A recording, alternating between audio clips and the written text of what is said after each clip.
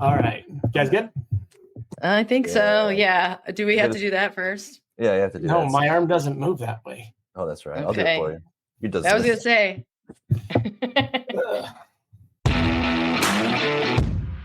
It's time for Bourbon with Friends, the Bourbon podcast that never takes itself too seriously. Pull up a chair, grab a glass, and remember, a bourbon with friends can change the world. Here we go.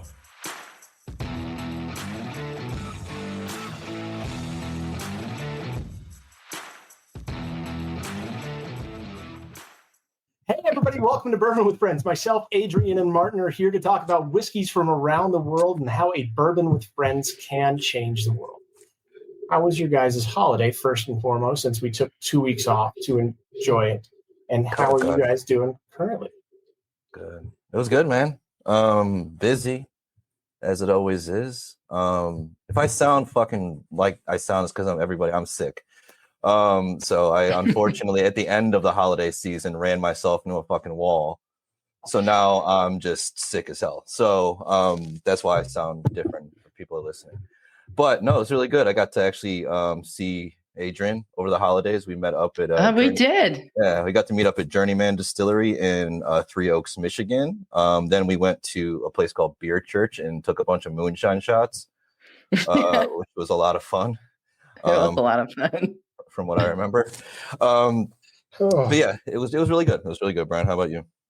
That was good. Just spent time with my family, relaxed, and was recovering from that shoulder surgery still. So happy to be have a little bit more motion, but yeah, just have to figure it out. And Adrian, you've had a unique start to the year. Want to tell everybody what you're currently taking part in? Dry January. Dry January. Yeah.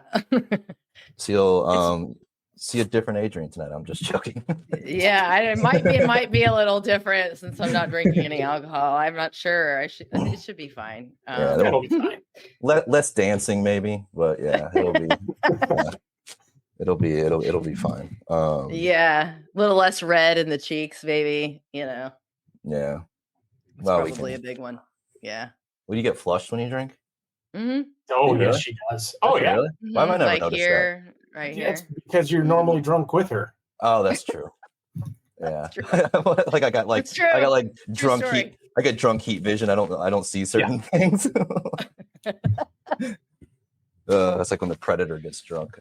Yeah. Just to clarify, I have tried a bunch of whiskeys prior to knowing what we had upcoming. So I don't want people to think that I haven't legitimately tried their whiskeys because I have.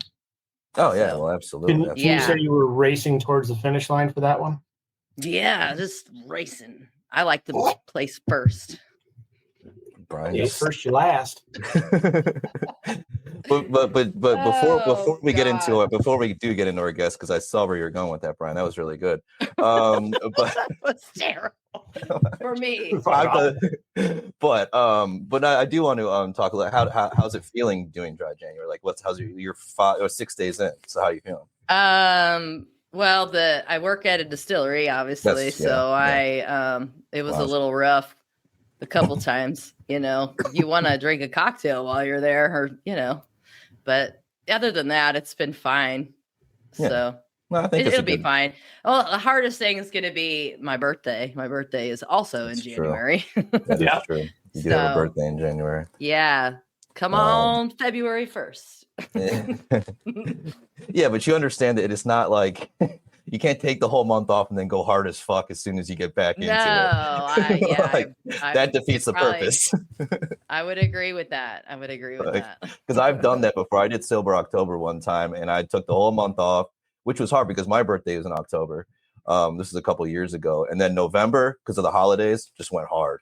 And it pretty much probably negated everything I had done previous to that. But no, it's good. I think these are important to reset for a couple of things. One other thing that actually, Brian, you'll be kind of curious about this that we talked about the other day with her, is we're curious because as we know, and anybody who listens to our show knows that Adrian and American single malts don't go together. I know where you're going with this. Brian and I have obviously been trying for a while. and not trying, but like showing her different things and hopefully opening up her mind to these. What somebody mentioned the other day, our good friend Germ mentioned this to her, was say, hey, when you come back, have the first whiskey you have be American single malt.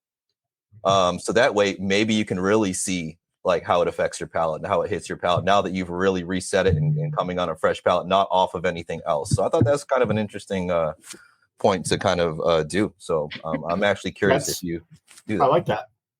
Yeah, I definitely I've got 3 or 4 back here samples that I'm gonna. Yeah. So we're gonna kind of see how that is. Maybe you still don't vibe with it, but Yeah, I don't. They're not terrible. It's just not my thing. Yeah. It's just not my thing. Yeah. So anyways, we're racing towards the finish line. Sorry. We're trying to race towards the finish line. We're trying to get somewhere. Woo! Yeah. So why don't we, Brian, if you want, since you did that lead in, you can go ahead and bring our wonderful guests in today. Well, let's introduce Mr. Mark Borchetta. Sí, Borchetta, very good. Yeah, see, I was right. Italiano. Yeah. No, my Italian Lost you there. I was probably going to add a ch to it. That's why I had him do it. So. And then Devin Walden, their master distiller. Hello. Welcome to the podcast. Welcome, you guys. They're listening to your preamble. I feel like I should start with the F word. Oh yeah, I'm horrible. You can say you say it as much as you want. Yeah, there's gonna be 25 more. Don't worry about that. Yeah, fuck it, it's fine. See? Well, fuck, I don't cut. So there you go. There we go. There you go. Well, listen, it's great to be with you guys, and it's funny because yes, you did pronounce my name Borchetta correctly, but the family name is Borchetta here in America. I'm the only Borchetta, me and my son, so we actually say Borchetta bourbon. Nice. Borchetta. There we go. Borchetta. See, that's what I was saying too. So I Americanized it. All good. Hey, as long as you're buying it and drinking it and we're winning awards, life is good. Call it whatever you want. There you go. Yeah. That's our bruschetta for all I care. No, and then for everybody, we did just drop dropped their link, so please make sure you guys are going to check that out. Obviously, go check them out. So, all right. Well, Adrian, why don't you start this? Let's get this party started. Yeah. So Mark and Devin, we'd like to ask people to give a little bit of background on who they are. And so it's kind of a double question. So I'm going to start with Mark. If you could just talk about a little bit about who you are and why you started Big Machine Distilling Company. Who am I? You have to stop me because I will talk for hours, especially if it's about myself. Now, gosh, I've had a long history of different avenues of appreciation of finer things in life. Wanted to be into food and wine and spirits starting in my late teens, early 20s, and got an opportunity to work at one of the best restaurants in Hollywood when I was in film school at USC. And I found out that I had a consistent palate and recognizable palate. I'll say, I never like to say a good palate because it's so subjective, but I used to blind taste 61 Bordeaux's with guys, and I said, oh, well, there's going to be your Mr. Bourbon, I can taste the earthiness in the soil there, and I can get the Merlot from their, Chateau Palmer or blah, blah, blah. And so it would, I'd get big tips that way, I'd pay for my schooling. And so I didn't pursue that as a career so much because I went into producing and directing, but I did get my first introduction at that time, which was the early 90s, into these new things called small batch bourbons. And so they were coming out of Kentucky, and we were in Los Angeles there. And they were super cool. I liked them because we were single malt drinkers, although I also got into grappa because I really liked that. And I was drinking, fine Armagnacs and cognacs, et cetera. So I've always appreciated it. And, kind of fast forwarded through a winding career of a lot of entertainment, advertising, marketing. And in 2015, 2016, around that time, I was kind of looking to make some changes in life. And my brother bought this distillery. And he said, hey, why don't you come run this thing? And I said, you're in Nashville? I said, I'm in Los Angeles. I'm going to Hawaii. I won't go in the other direction. I do not want to run the distillery. But by 2017, I came and did a meeting and liked the juice that was being produced.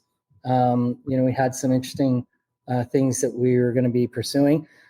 And so I took it over and fortunately found out that my palate still holds pretty true. Excuse me.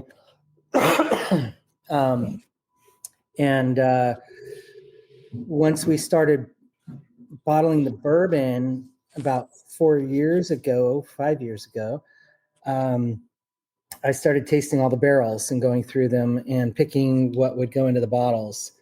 And it was scary because you guys are a very persnickety lot, you bourbon appreciators. So, I knew what I liked. But then we also like something else that Brian really likes, Byron's brother. And that is racing. Only where Byron and Brian, the brothers, they like their motorcycle racing. We are four-wheelers, and we've been racing cars for over 50 years, my brother and I. And we still race today, not as often as we'd like, but we've never stopped. And we were heavily into the highest forms of racing. And IndyCar was always our first love.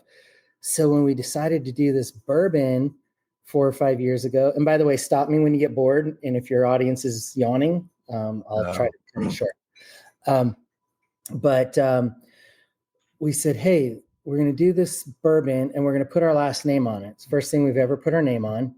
And Indy cars were coming to race in downtown Nashville, and our distillery name, record label name, etc., Big Machine, was going to be the title sponsor on that race. And my brother goes, Mark, why don't we do that bourbon now that we've been talking about, that Kylie's wanted us to do? I said, let's do it.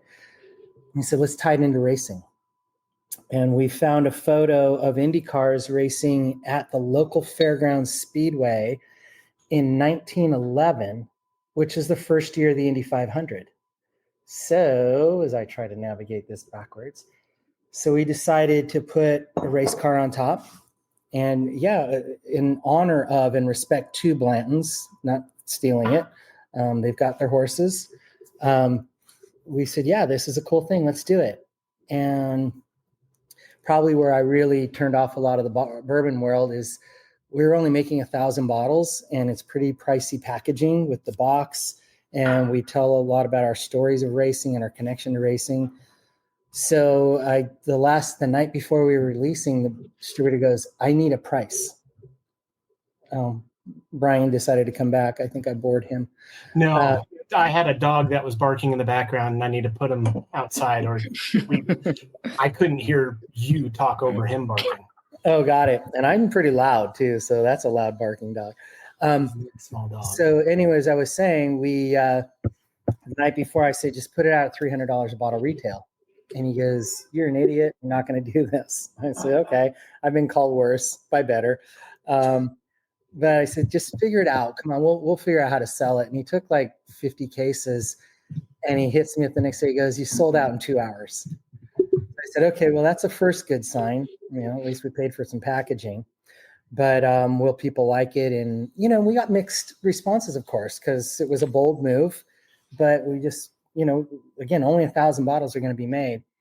But a lot of people started saying that they really liked it. So the next year came around, and we did another race car. And this time we put a car that we own, which is one of the Indy cars driven by Bobby Unser, designed by Dan Gurney. And it was a first car to go over 200 miles an hour on a closed course. And we said, let's put that car on there. And we were friends with Bobby Unser, the driver. And so we put that out there, and it still sold, and sold well.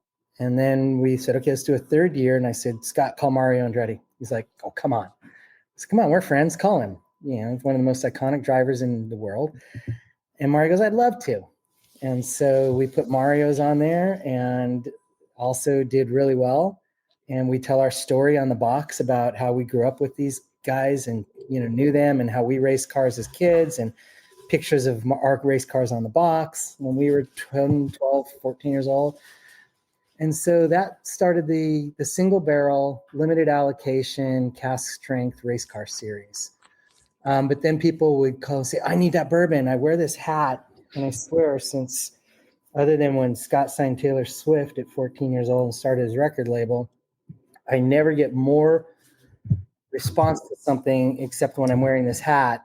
People like, bourbon? What's that bourbon? I need to know that bourbon. And they show me pictures of their bourbon collection, whether that's like 2 bottles above the bed from the Apple store worker, or it's like this huge, beautiful cave of bourbons. Everybody wanted it.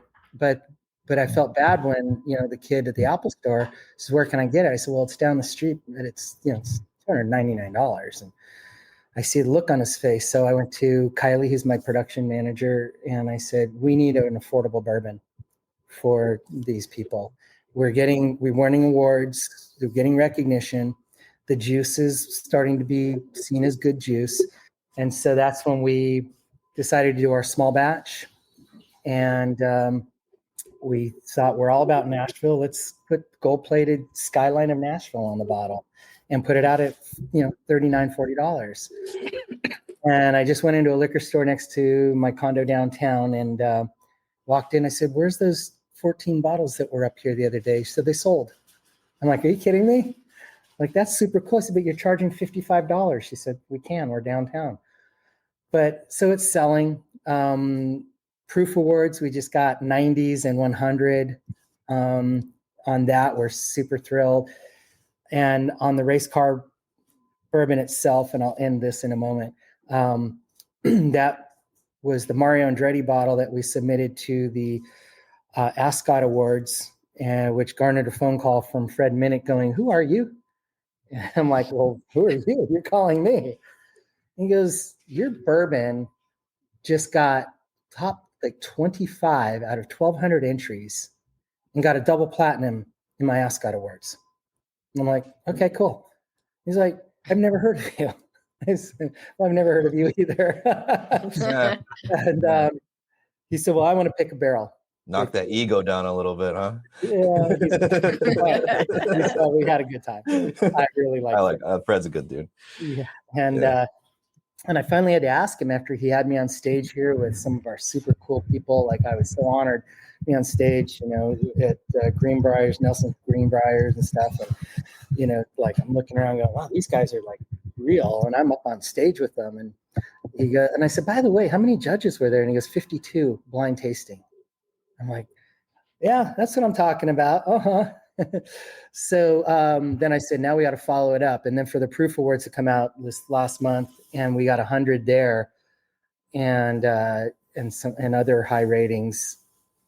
It's neat to be in that world, and it's neat to be with you guys. Like I said, you guys take this seriously, and so do we. But we're the newcomers, and we're just grateful, that we do what we do. And I'm going to turn over to Devin because we've brought her on the past few years, and she's taught us so much as well. And really excited about the stuff that's going to start coming out in the bottles that she's doing. So anyway, I'll stop talking now because you probably lost half your viewers. Not at all. I think we just got a good subsidy of who you are and where you come from in this parts of the company. So that's great. Oh, yeah. Well, so a little bit about myself. I'm from Kentucky originally. I was actually a tattoo artist several years ago. I knew nothing about the spirits industry. I had no interest in it, so I thought. And, just like a typical broke artist, I needed a second job. So I picked up a second job bartending and still needed another job. So I picked up a third job as a temporary employee on the bottling line at Woodford Reserve. And I didn't know what to expect when I went in. I just thought it would be just like a regular factory job. I had never been to a distillery before.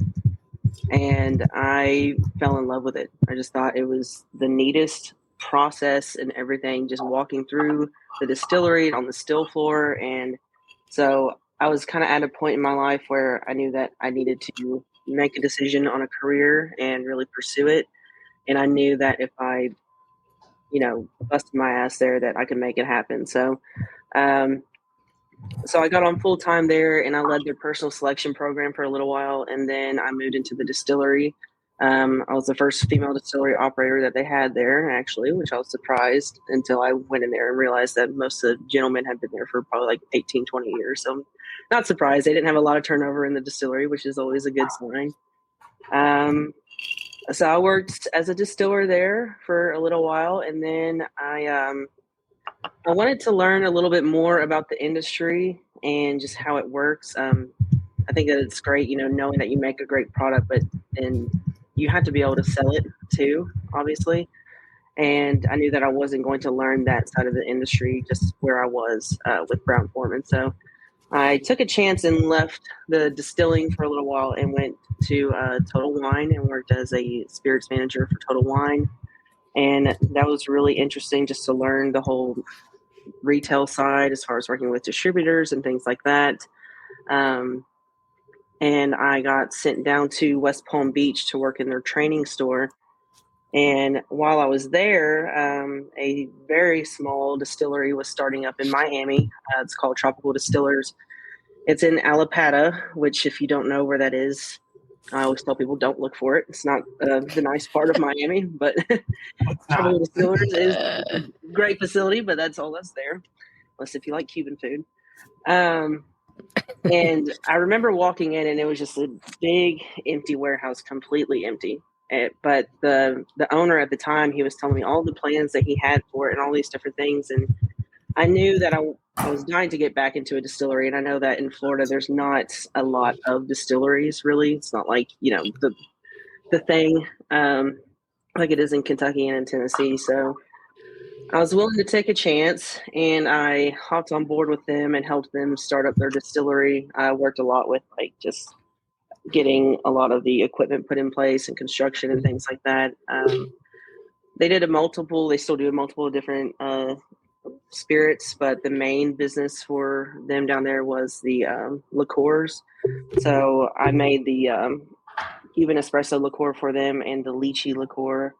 And they had deals with Hard Rock, I think, and Carnival Cruise Line. So the liqueurs were really a big thing. And that was really interesting for me because, working at Woodford, I'm not really sure why, but starting at a bourbon distillery, I was kind of jaded thinking that bourbon is all spirits.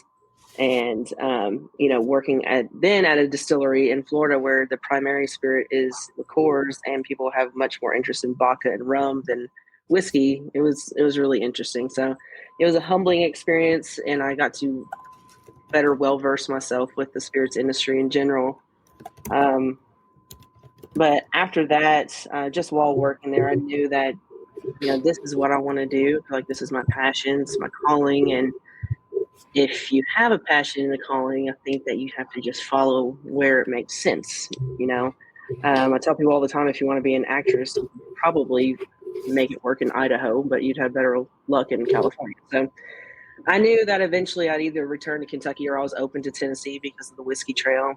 So I had my eyes open. I had interviewed at a few different places, and then I saw Big Machine pop up, and I did my research. I saw that they had the different locations and things like that.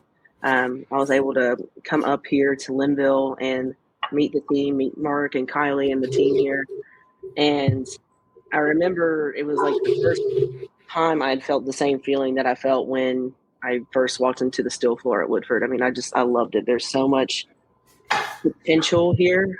It's great because it's not a teeny tiny spot, but it's small enough to where it's truly craft. We touch every single thing we do, just like the race car bottles Mark was talking about. We hand fill, hand label. Haley, my head distiller, hand writes on every single one.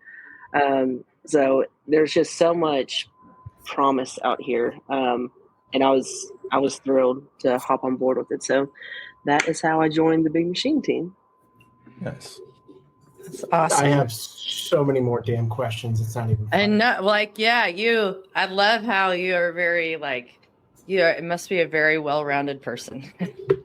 You've done all the things. I try. It did not take me very long to learn that this industry is difficult. It's competitive. There are so many different facets to it that are every single one is so damn complicated, and there's roadblocks everywhere and obstacles everywhere. So I feel like it's just been the best thing to do to try and immerse myself in as much of it as I can. So I mean, I certainly have a ton more to learn, but that's been a great experience with Big Machine too, is because, nobody wears one hat here. So I've been able to still continue learning and all the different, facets of it. Well, it's kind of amazing where you went from tattooing to now a master distiller, a head distiller, whatever you want to perceive it in the culture of it. You run a distillery and you produce a phenomenal product, which I'm drinking currently right now, and I'm really enjoying this a lot. And by the way, for all your viewers, if you're seeing this, yes, I'm drinking an old fashioned. I drink so much straight bourbon all week long that cast strength right out of the barrel, that to just enjoy a little bit of softness. Yeah. So don't run away because I'm doing this. Well, I mean, no, I've actually just got, I started getting into cocktails this year. I really never did. The idea of it was always just no, not 2025. Oh God, it is 2025. Okay. 2024. Yeah, it is. Jesus. But no, I just got into it because my thing was always well, I don't care about the sweetness. I want to get to the alcohol that's in it. But I will agree with you that, the more you try and the more you do, and it's interesting to see the different bourbons that you can have go with it, and it can change the flavor, and it can change the way that you approach a cocktail. So I've been a little bit better with it. So I do understand that if after a good long time of just drinking straight up, let's have a little bit of something else in there. But I can only have one or two of them, because then I'm just give me fucking. Well, thanks for not kicking me off, Martin. At least no. You can drink it however you want. I think Adrian, you drank a cocktail in here before, didn't you? On the show? I'm pretty sure she has. Yeah. Yeah, one of our first episodes, you made one. Yeah. Beforehand, and then you just drank it really fast. That espresso one that I made was really good. That was a really good cocktail. That was a good one. But yeah. No, that's awesome. People say it's sacrilege that I put my race car bottle into a bourbon, into an old fashioned. No, God, no. I put all sorts of stuff in old fashions before that I probably shouldn't. But that's basically. I'm not even going to say what I just used recently for. That's the only good thing it's for. Sorry. That was good. That was good. Sorry. You guys can trash. We cannot. We are Switzerland. We appreciate I've got Buffalo Trace, or I've got whatever Blanton's back there, but that is probably the only way I drink it. Devin, do you ever still tattoo? I have not in a couple years. I still have all my equipment, but nice. No, for a little while I did it for fun, but mostly just family, friends, myself. Mostly all my tattoos I did on myself. I had to when I was an apprentice. So if I ever feel like I want to get a tattoo, but I don't really particularly feel like paying for it, then I'll just suck it up and tattoo it myself. Yeah, exactly. I was just thinking, I was like, how cool would it be to get a tattoo from someone who also distills whiskey? Yeah. I don't know. Well, Adrian, so I can take any reservations and my fee on top. Yeah, we might need to put together a distillery flash sheet of a pot still and a barrel, and we can do a tattoo day. About that, Devin. We can upsell the tours now with you. Master distiller Devin Walden. Putting a little I'm sorry, Devin. Still on your neck.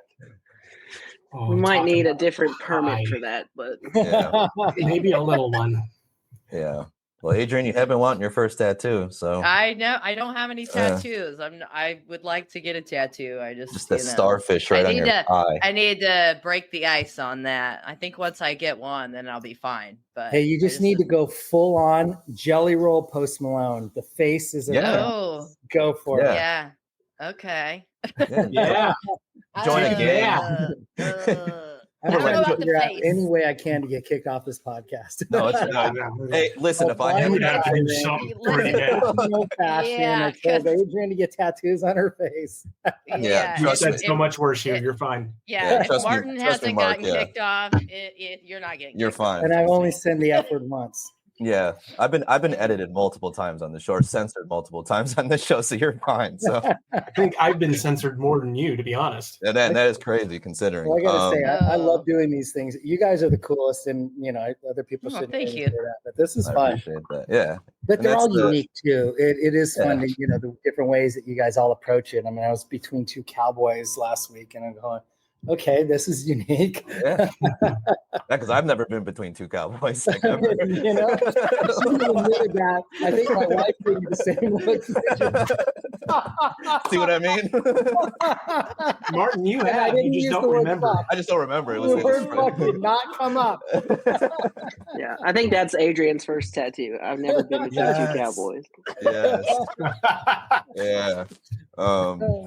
Devin, please get That's that pretty drawn awesome. up and I'll That's pay pretty for awesome. it. Yeah, we just need a whiskey bottle and two cowboy hats. I think people they'll either get it or they won't. That's much cleaner. I think I have a title for the show. Even how about Between that? two cowboys. Between two cowboys. We'll get some really weird hits on that one. Oh man, this isn't what I thought it was going to be. I'm the only country boy here. This is terrible.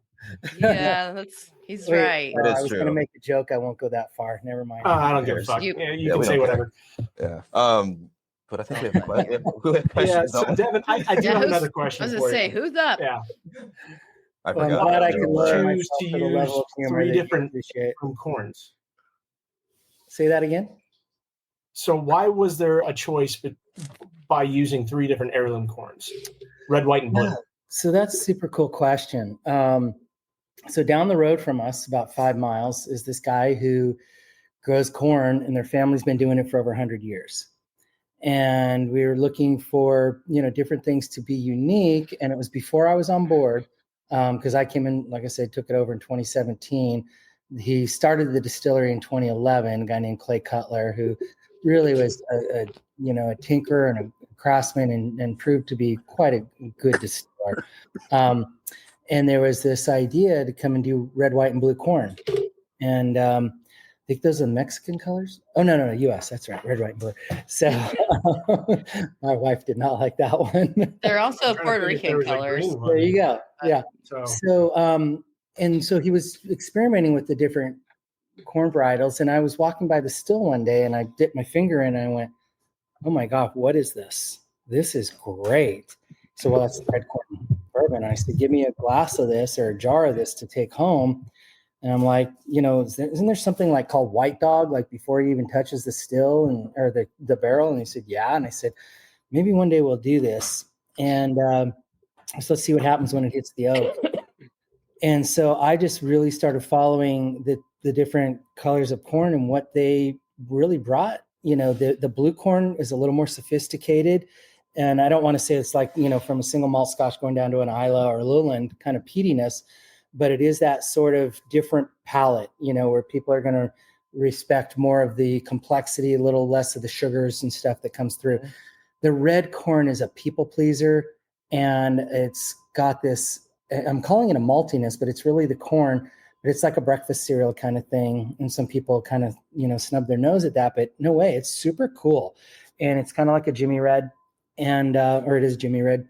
And so the white has its own wonderful blend between the blue and the red. And the red is when that's what we put in one of the Mario Andretti bottles in 2023.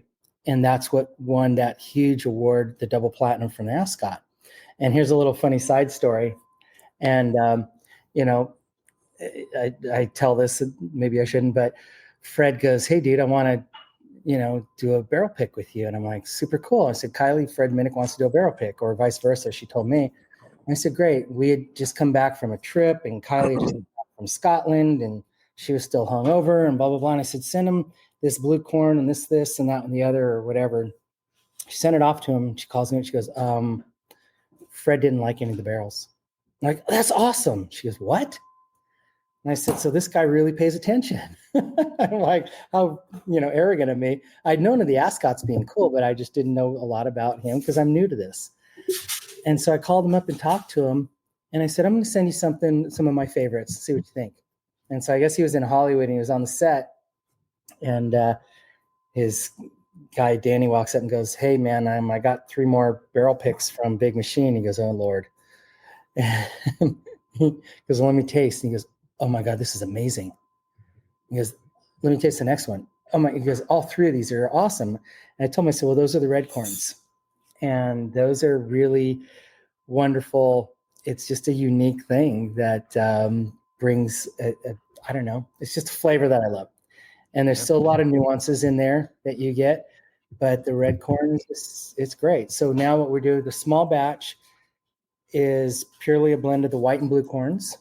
As I decide what they are, Devin and I sit down, and I still make the final picks with Kylie. But Devin and I talk and back and forth, and we compare notes and grow and learn from each other. And then we do anywhere from 3 to 8 barrels goes into the small batch. And I said, now we're going to do in between the race car series and the small batch, probably beginning of Q2, we're going to launch a Borchetta Bourbon Reserve. It's going to be a red corn reserve. And so that's going to be like an $80 price point or $70 price point. And it's going to be 100% red corn. And we're so excited about that. And look at that. Got my own. Yeah.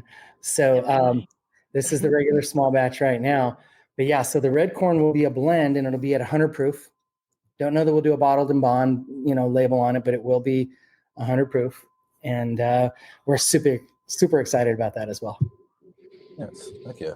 Yeah, that's awesome. I have so many more questions based off that alone. Just the heirlooms and the process of the heirlooms and what type.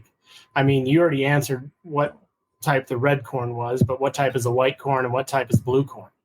I'm going to let Devin go there. She goes down and sees Jeremy on a reg. I was just trying to look it up because hold on, I just asked him the other day about the blue corn. So the white corn, I'm not sure that he uses anything special for that. The blue corn, but it is all heirloom, non-GMO, right? Yes, blue clairage. I'm probably not saying that right. Clairage. It's actually based out of, from what he said to me, Ohio, but the seeds for all of them have been in his family, like Mark said, over 100 years. Their farm is nearly a 2-century farm. So even though they're using Jimmy Red and the blue and the white that some other, some varietals that some other distilleries may use, since they've been, in Linville and on this farm for that long, I mean, it has its own, terroir, as they say. So, I mean, it's very, very unique, very special. How he does it is very handpicked.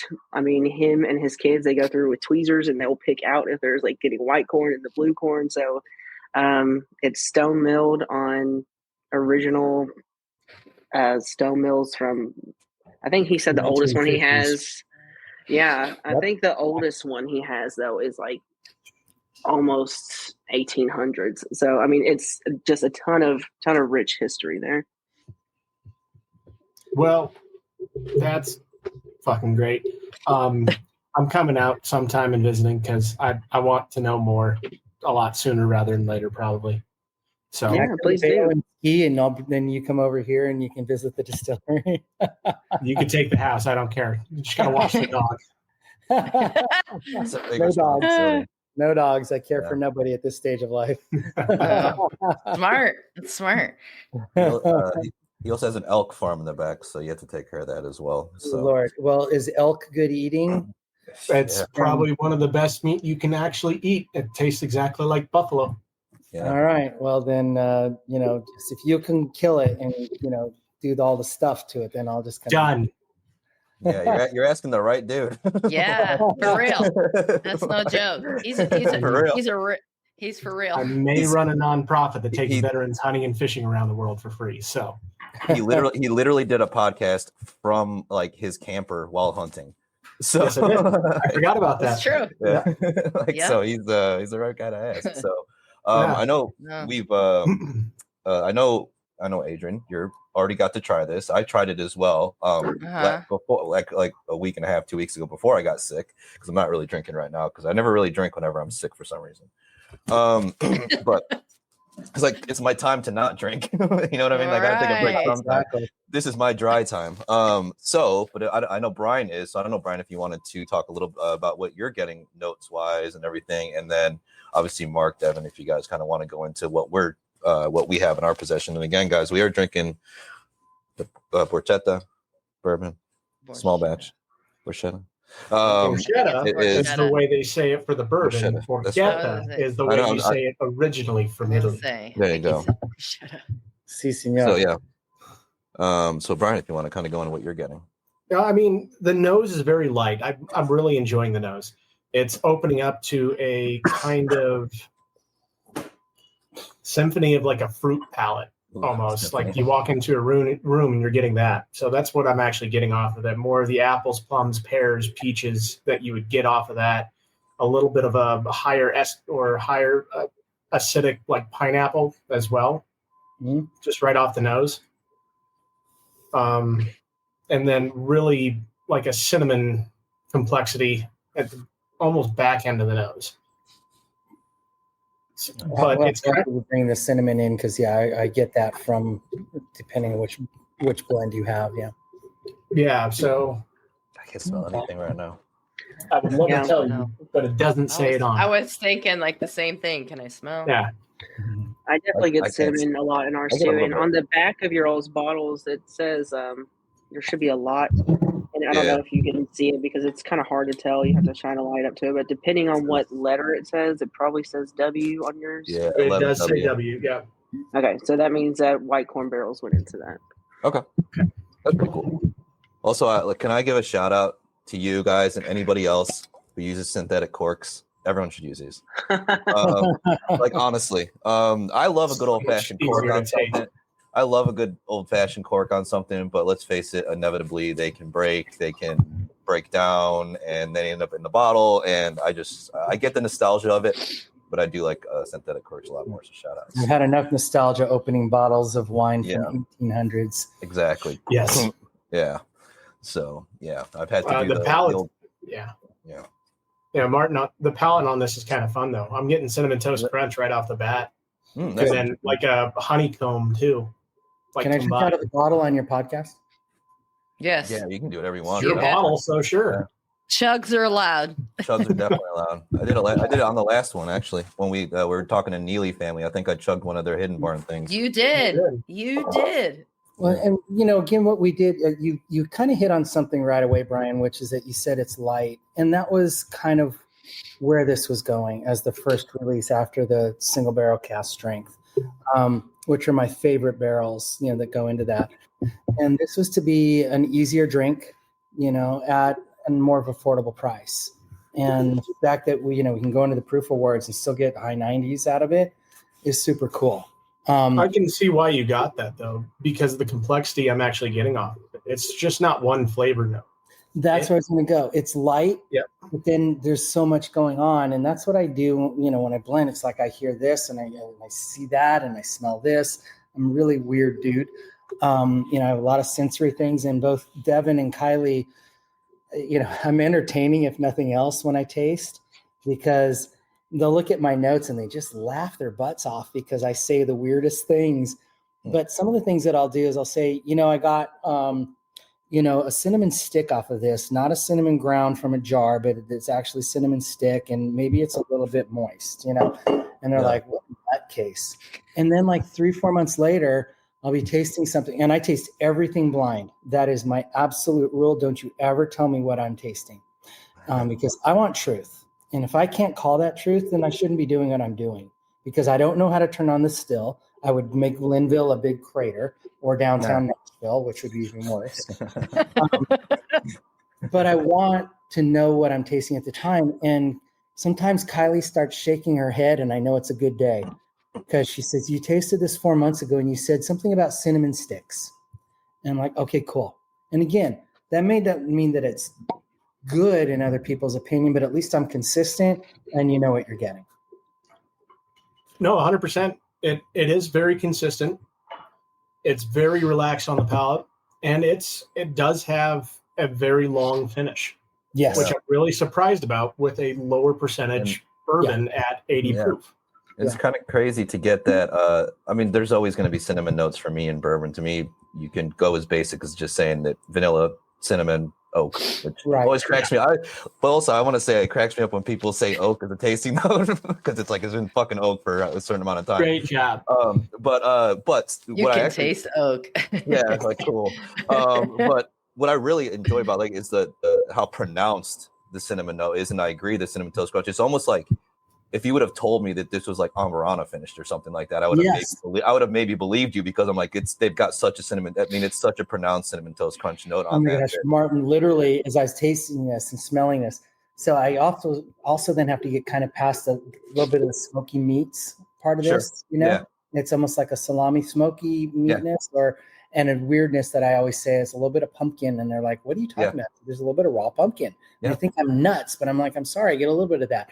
But then you get into the complexities that you're talking about, and then you get that cinnamon and stuff. Yeah. So that's super cool. Yeah, it's very. I'm getting actually papaya off the back end when you eat it, like cooked papaya. Well, I've been drinking my thing, so I'm not getting papaya. Yeah, that's not going to happen right now. You're gonna mix it up with the orange. But I'm starting to slur my words, so that's probably a good sign, right? That's great. Yes. Let's fucking do it. Having a blast. Is papaya the fruit that can give you diarrhea? Because I think I got that once from it. I don't remember. I mean, if you eat too much, yes. I had a lot of it. Like I ate way too much. I had a smoothie. It's a diuretic, so there we go. Mystery solved. There you go. I have not done that. I was a triathlete doing Ironmans. I had enough diuretics from just trying to do long runs. Oh, jeez. Any of that. I know that sounds like a shitstorm. Besides that answer, literally and figuratively. Okay, yeah, I'm gonna take over this conversation. Adrian's like, I need to steer this in another direction. Martin brought up poop again. Okay, well, I want to say something first. You both Devin and Mark said words that are kind of trigger words for Martin and I. And Martin's trigger word is moist. Yeah, you said moist. It's one of those words that makes me feel weird. If you see us laugh, like smiling really big or something when you're saying something, there's probably a story behind it. Or a hidden joke, inside joke. Okay, word, moist, I want to hear more about, okay? Well, I think that's one of my favorite subjects. Like the word. I just can't handle the moistness of most conversations. I like the other forms of that word. Sorry, you Devin. guys are fun. This is the most fun I've had, I got to tell you. Okay, good. So the other word was terroir. And Devin, I'm not. It's no shade, trust me. But like, I am the novice of the group, clearly, and not anymore. Anyway, I don't really give great tasting notes at all. That's why I'm really commented. I enjoyed the bourbon; it was very good. It was very corn forward for me. But other than that, I'm not good at giving notes, at least not yet. But like one of the earlier episodes that we did, they were talking about that, and it turned into this whole thing. Adrian didn't know what terroir was and all this stuff. So you said that, and I kind of giggled because it's always, since then, it's come up other times, and I just laugh every time because now I know what it is. I said that about the Saint Julien, didn't I? And I know Devin brought it up with Jeremy. I think because within whiskey it's almost a little controversial with terroir because of because if you look at because I think we did it because we were talking about someone who did stuff with wine, and there's obviously a lot of terroir and there's a lot of provenance when it comes to wine.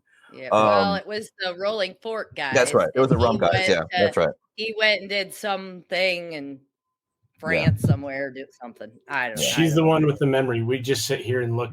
Yeah. Yeah. I'm not even going to say pretty. We just look. Yeah. Look. We're just here. Yeah. Well, Byron is pretty. Brian, you're close. Yeah. You're the other twin. Dumbass needs to lead. So to get this going, and apologies if you already spoke about this and I missed it, but we were looking into your distilling company a little bit, trying to see when the business started.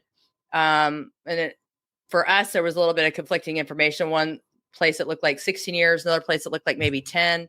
So I would say is if you could confirm, and if it's 10 years, are you going to have a celebration, and can we be invited? Yeah. Hey, you guys are invited anytime you want to come. I'm not paying your airfare, but we'd love to have you guys. We're not far. I'm driving. I'm not flying. Two of them aren't far. Fuck you. We're like 4 hours from you. I'm getting in the car. I love it. And then, you ain't coming from Victorville, Martin, but, it would be super cool. also, by the way, not even just in Nash, but we have a little surprise launch this year for our race car bourbon. Oh, nice. And I don't know. I said if probably. you say it's at Pikes Peak, I'm going to be there. Oh no, but my wife and I climbed Pikes Peak 3 years ago. Nice. And is it in Indy? Is it going to be in Indy? Yes. Is your release going to be there? I could be there. I you kissed guys, the bricks. You guys have to come and kiss the bricks with us and have some fun and chill. We're going to work. Well, I don't want to reveal too much. Let's just say we're going to change. We can cut this out, by the way. Yeah. Okay. We're going to switch gears, and we're not going to release this year with the Nashville race. We're going to release with the Indy 500. Oh, that's cool.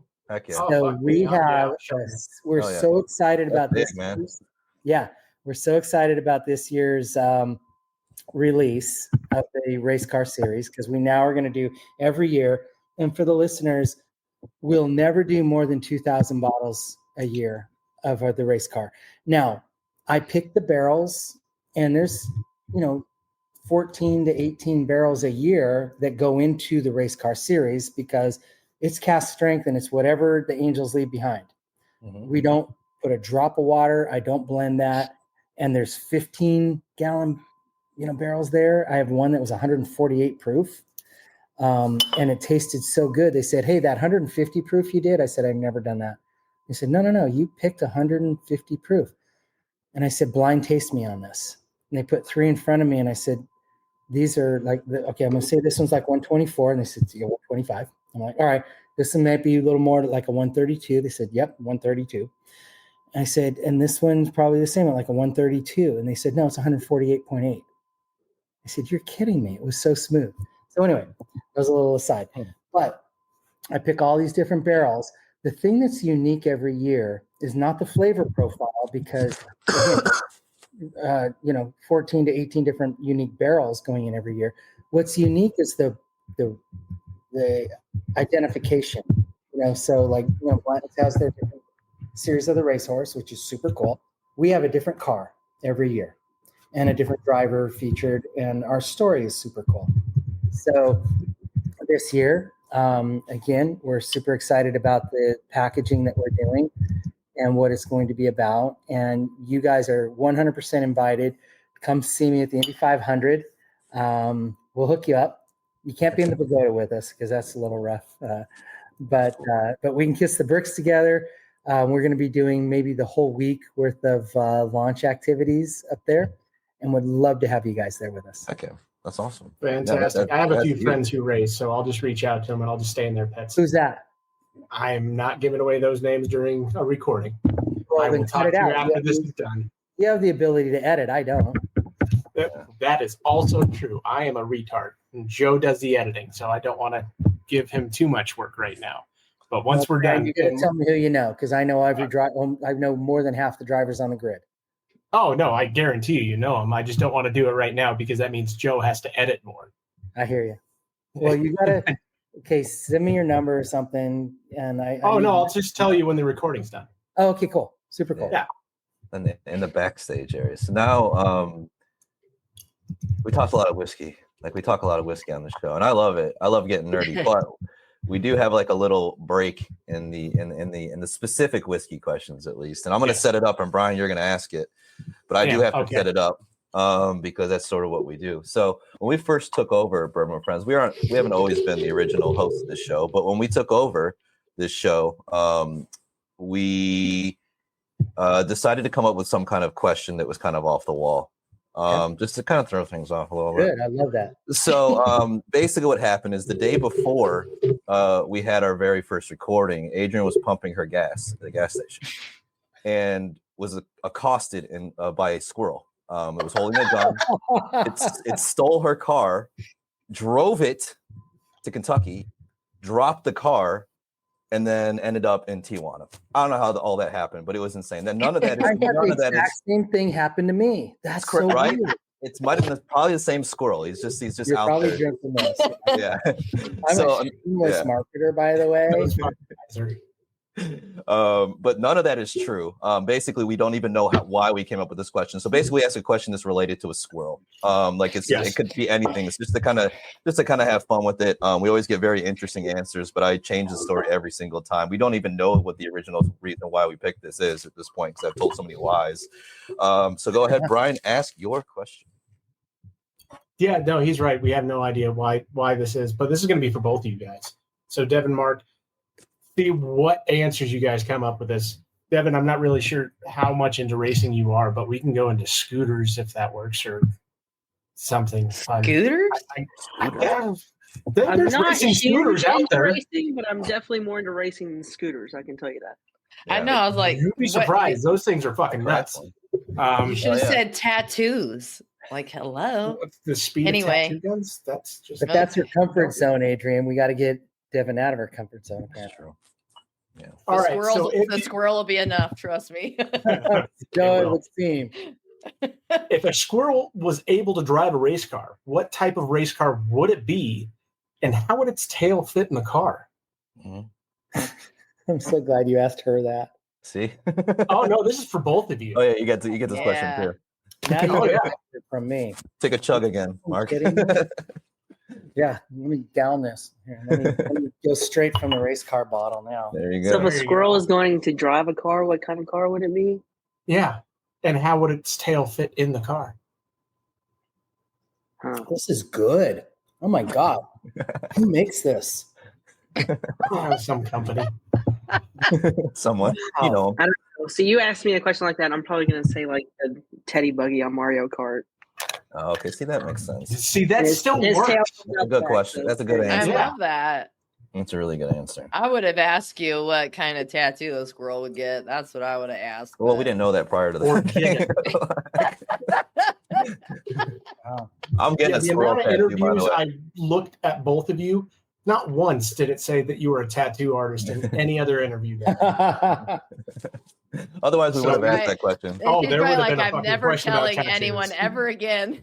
It's a long-winded story, so I usually leave it out. No, it's cool. I'm glad you didn't. By the way, Mark. Barrel 749 AJ Foyt 2024.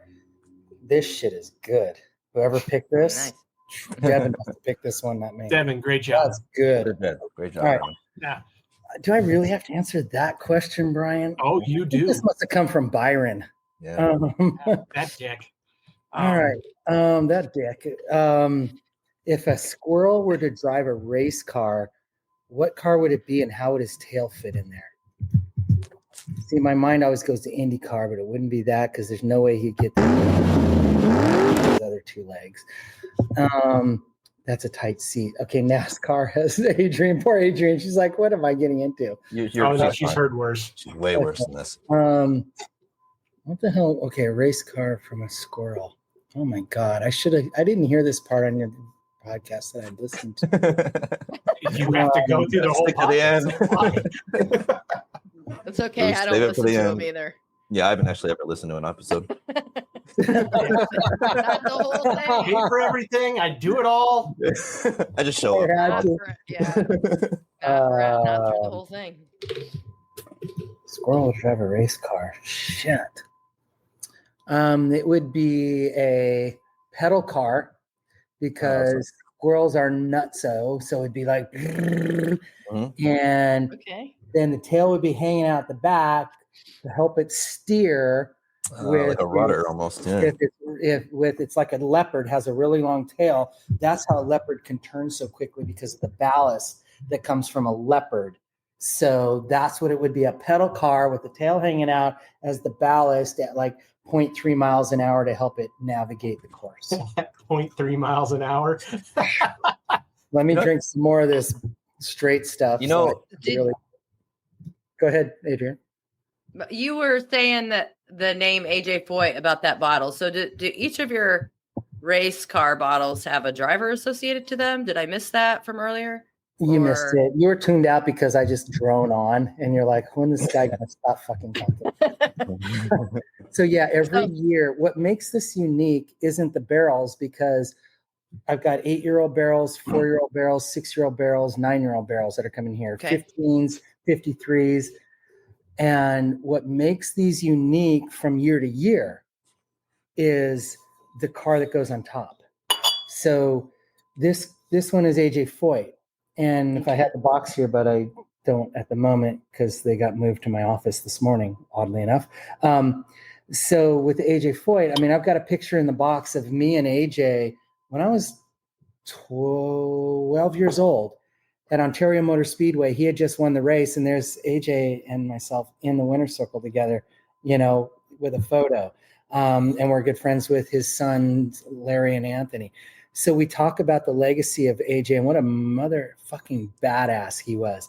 He went to Le Mans, which is one of the, scariest tracks, out there for some drivers or for a lot of drivers. He goes there in 1967. He goes, that ain't nothing but a little old country road. And the press was like, F you. Who the hell do you think you are? So he and Dan Gurney, with their own self-built American car, go out and win the race. And AJ is just a badass. And then he's in the winner's circle at Texas Motor Speedway. And I don't know, it had to be right around 2000, 2001. And another driver in there starts mouthing off to him. And AJ just, boom, smacks the guy to the ground. So we talk about a lot of that stuff on our boxes, on our labels. We talk about the history of racing, our love of spirits, and how we blend what we love to do in life. And we feel we're good at them. One of the most successful record labels in the world that my brother, made. These great bourbons that we make, we're championship race car drivers, both of us. So, yeah. So yes, you missed that. So each year, sorry. I don't care. The only thing that's, and I don't know why your cameras are backwards. I keep moving left to right to try to figure out how to navigate. It's not you, but in this app that we're in. So anyway, we each year, what makes it unique is the different race car and or driver that is attached. So like I said, the very first year was the first winner of the Indy 500 in 1911, because again, this photo on the bottle is Indy cars in 1911 racing here in Nashville at the Fairgrounds Speedway. So that was the first year we did. And that car looks like an old roadster, car, because that was it. And then each year it's a different car that we do and a different driver. See, that's cool. I like that. It is cool. I just am familiar with that name, and I almost always watch the Indy 500. I've been a couple times. I've kissed the brick. So that's a very cool it's a very cool thing you got. Well, let me see if I can get AJ to sign a bottle for you, Adrian. Oh my God. That would be good. That'd be awesome. You'll have to pay for the bottle, but I wasn't expecting all that, but cool. Now you're talking about a female boner. What years? Okay. All right. Okay. You know what I mean? Adrian, what years did you go? It's wide open around here. Adrian, you shouldn't have said that. Metaphor. Wrong, Don't you get wide open when you race? Right? No. Sorry. Okay. This is great. Devin, I don't even have to say anything. Right yes, wide open on the. Maybe I should not drink. Sometimes, maybe I should not drink more often. Maybe I should not drink when you're not drinking. Oh my gosh! gosh! What years did you go to the 500? Oh God, I was 15 the first time, which was 30 years ago. Okay, so and 94 would have been the Penske year. They fucking crushed it. The Marlboro cars just owned that year with the Mercedes single rod, push rod motor. So, okay. Yeah, that was, and then I think I went again. Gosh, it wasn't very long after that. So maybe within the next 5 years, I went again. I sat inside and then I sat on the outside. Okay, well, those cars were crap with that part, but I didn't say that. Cut that out, Joe. You hear that, Joe? Yeah, Mark, I always like 103.50. You got to edit that out. I just love the nostalgia of it, and Jim Neighbors was always singing "Back Home Again" in Indiana, like the whole deal. Like it's just his last year of singing. I got to meet and hang and talk with him for a little bit. Did you really? That's awesome. awesome. Because he was getting sick and it was hard for him to get over there from Honolulu.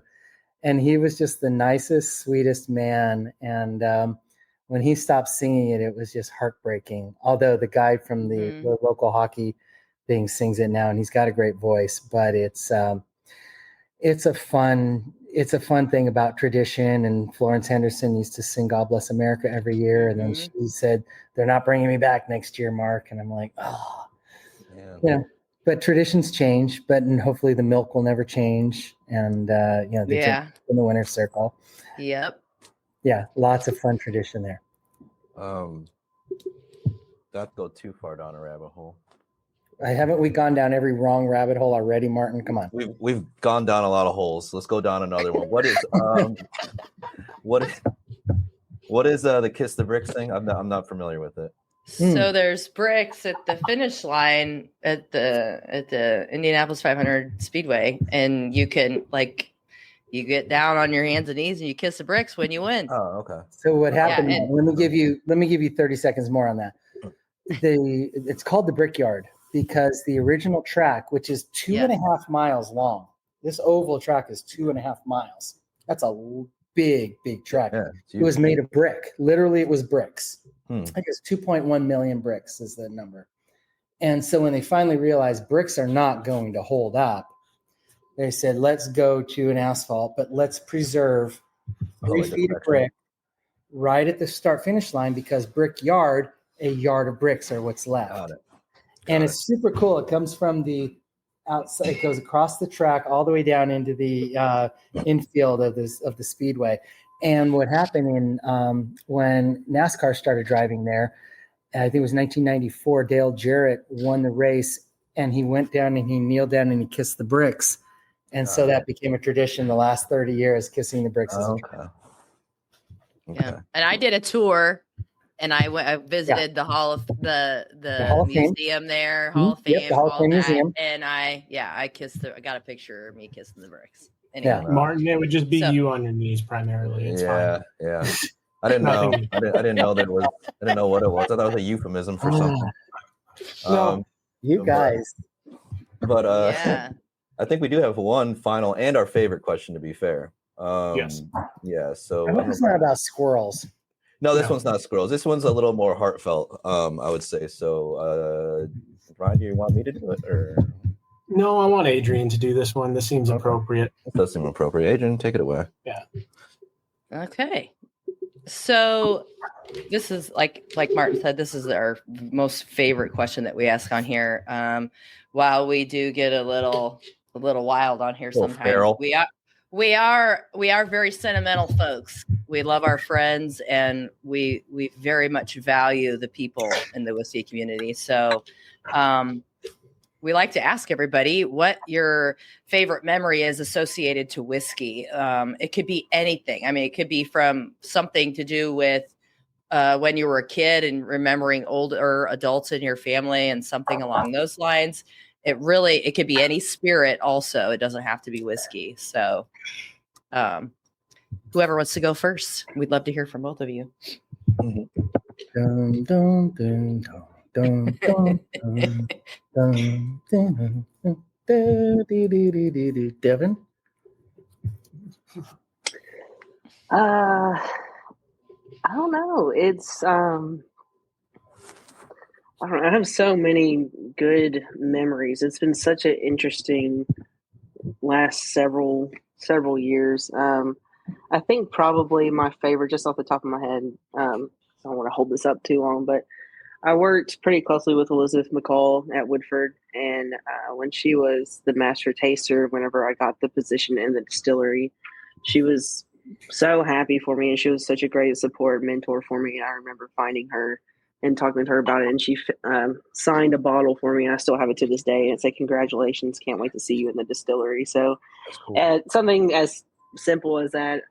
But yeah, there's been so many different little moments like that where, as competitive as this industry can be, like I said, there's so many great moments with support from people, mentors and friends. And so, yeah, that was a good moment for me. Do you, and I don't mean to interrupt, Mark, your memory, but while I have you, Devin, do you feel like you've mentioned a couple times it's very competitive. Do you feel like being a woman has hindered that in any way? I think that it could have. I mean, potentially. I think that I've had challenges, and I don't know that any of the challenges I've had would have been any different or lesser if I was a man. Honestly, I think it's just a competitive industry.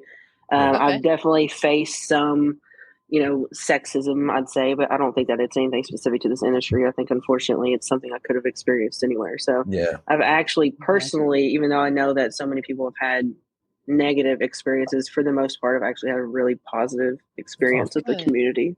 That's awesome. I just always like to hear, the female perspective for obvious reasons, I think. What is that? So what do you think, Mark? What's your memory? I want to hear this. Couple things. One, I want to make sure you take out the part about open wide and boners and dicks. Please cut that out. Yeah, we can. I don't want that out there. We're all just having fun. Okay, so for me, the two, I'm going to go with one memory, but there's kind of two. One is when Mario Andretti was at our distillery a little over a year ago, and we were doing the launch, and he showed up for it. He's standing out in front of his Indy car, and he opens up the box with the bourbon, and he just like go, like he's drinking it. It was super cool. It was really neat. I mean, for those of us in motorsports, I mean, he's, he and AJ are the two top guys. It doesn't get any better than that. So that's really neat. And then the second one actually is when my wife drank one of the bourbons and said, "This is good." And I'm like, whew, because she was not my wife, probably even my fiance at the time. And it was really neat for her to appreciate what I do and who I am in that way. And that was really cool. It's awesome. I love that. Yeah. We get all sorts of answers to this question. And it just, again, the name of the podcast is Bourbon with Friends. And that's what we do, is learn about everybody's past and hear about all the memories that got us to this very point right here that we're all sitting here talking about bourbon and talking about your company and hanging out. Thank you guys for that. Like I said, one day we need to make a coffee book of all these. I think that would actually be really cool. Like, of all the different memories all these different companies have had, I think that'd be actually kind of interesting. Already started mine. Oh, perfect. Well, here, dude. Well, somebody's made one, and we're going to see it in a month or so, I guess, right? Yeah. The Whiskey Trail, Tennessee Whiskey Trail. That'll be interesting. Oh, nice. Mm-hmm. Yes. Nice. Oh, I was going to say of this. That's How did they steal that from us? I know. Copyright. No, you just copyrighted it today. Yeah. How rude. No, right. but no, again, you guys, it's super cool because this is a thing, and we've been making vodka, whiskey, Tennessee whiskey, moonshine, whatever. We don't find those podcasts out there, but it's really kind of neat to be exploring this bourbon world with you guys. Yep. You've done maybe half a dozen or more of these podcasts now, and it's everything from dads drinking bourbon to cowboys and bourbon and friends in bourbon, and you guys are just really into this, and I love that we're being accepted into it. We work so hard to just put out a product that you guys will like, and that's our goal. And bringing in Devin, who lives this 24/7, and Kylie, my production manager, my VP of production, who lives this.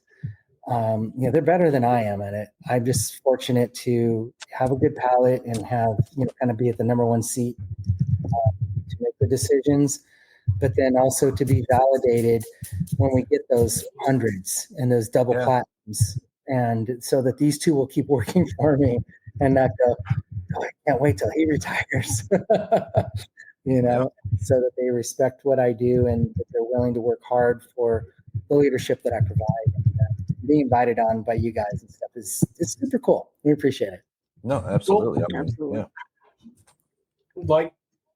Yeah. Adrian, Martin, all of us here at Bourbon with Friends, including Joe in the background, it couldn't be more of a pleasure and an honor to meet both you guys. Devin, I think I met you actually last year at the American Craft Spirit Association Awards. If you met Byron, I think. You didn't meet Byron. Maybe Byron. I don't think you met listeners. You met the nice guy, not the dick. Yeah. What the hell are they talking He had about? longer hair. I was not at ACSA last year. I was at ACA when they were in 2 New years Orleans. ago. So that might have been it. 2 years ago. Yeah, Just tell him yes, Devin. We don't want him to cancel this podcast. Yes. it's not going to get canceled. No way. This is fun. It's exciting. Mm-hmm. I just know I met you at one of the events at one of the award ceremonies somewhere at some time. Tell me, remember him. Yeah, you don't need to. Just I remember his best squirrel. policy. I didn't see him. Just a squirrel. That's a great answer. Yeah. And I'm not really sure how to answer that either now. All right. So I'm just going to end this right here on a positive note. Thank you so much, Devin, Thank you guys so much. Mark. It's a pleasure. It's an honor. And just remember, everybody, a bourbon with friends can change the world, y'all. Have a great day or night, no matter Cheers, where everybody. you're at. Good night or good morning or wherever you guys are. It was awesome. Well, thank you all. That's it for this episode of Bourbon with Friends. Be sure to subscribe so you don't miss a single episode. While you're at it, leave us a review to make it easier for others to find the show. You can also check us out on Instagram at Bwfpodcast. Thanks for listening.